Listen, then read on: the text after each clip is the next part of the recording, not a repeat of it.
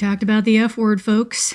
Failure. I'm going to help you work through that word. I'm going to start with Webster's Dictionary. First meaning is omission of occurrence or performance, like failing to perform a duty, a state of inability to perform a normal function, like kidney failure, fracturing or giving way under stress, structural failure. The second definition is a lack of success, failing in business, bankruptcy. 3, falling short, deficiency, like a crop failure. And the fourth one is the biggie, one that has failed. Failure is a loaded word, and the reasons why are all in these definitions. That fourth one, especially. One who has failed. The reason we fear failure so badly is because we adopt it as part of our identity. But we do that because we make the mistake of thinking that it's permanent. It's not. Failure is not permanent. Look at these definitions again. A crop failure. Yeah, that didn't work. But unless the ground has been salted like in Greek tragedies, you can grow more crops. Failing in business, bankruptcy, that happens and it's tragic. But unless they executed you for it, you can figure out something else and keep going. When it comes to creativity, we are terrified of being failures. What we mean by that is that we're going to try our darndest, and whatever it is that we produce, usually on the first try because we have no patience with ourselves, is a failure. Therefore, we are a failure. Therefore, it's permanent. I can't do the thing. I failed. That is not true. In order to work your way through that, though, you have to define success. This is the flip side. Every single one of these definitions comes down to the opposite of success. Heart failure, as opposed to the heart continuing to pump. Crop failure, as opposed to the crop producing whatever it was you were trying to grow. What is success to you? I had to figure this out because for the longest time, even though I chose to go indie, and I'm very happy that I did, the thing that made me sick was that I would never see my books on the shelves in a Barnes & Noble bookstore. Now, why did I define that as success? That's not the end goal. It's no good if they're just sitting on the shelves and then nothing else happens. I defined it as success because the books that I loved growing up, I found on the shelves, Barnes & Noble. Now, that's not the case anymore. Thanks to the internet, I get hold of books that have never seen print, and I love them. What is success to me? Being able to write something that does for another what my favorite works did for me. They took me away. They gave me a combination of words in luscious sentences that I could just chew on, that could melt in my mouth like taffy. It had nothing to do with whether they were famous, award-winning, best-selling. It all had to do with someone whose way with words appealed to my soul. If that's actually what I meant by success, then it's got nothing to do with being on a shelf in Barnes & Noble. This all comes down to definition. All of it does. It's a mindset. You have not failed. It is not a permanent state. It is not static. It is fluid. If that thing didn't work, it's okay. You can try another method. Most importantly, you have to figure out what success is to you and why. Don't make it something that isn't actually the end goal. Like, I want my photographs in that magazine. That's not the end goal. Why do you want them in the magazine? If they got in the magazine and nobody cared, you'd feel pretty lousy because the magazine wasn't actually the goal. Reaching out and touching someone's soul was. Making them think was. Today, though I know it's hard, I want you to start the process of defining what success actually means for you. Don't be afraid of it. It's important to do. Once you've done it, then you can start to realize that even if you've tried and failed in the past, you are not a failure. Once you've done all that and you're exhausted and possibly crying, sit down with me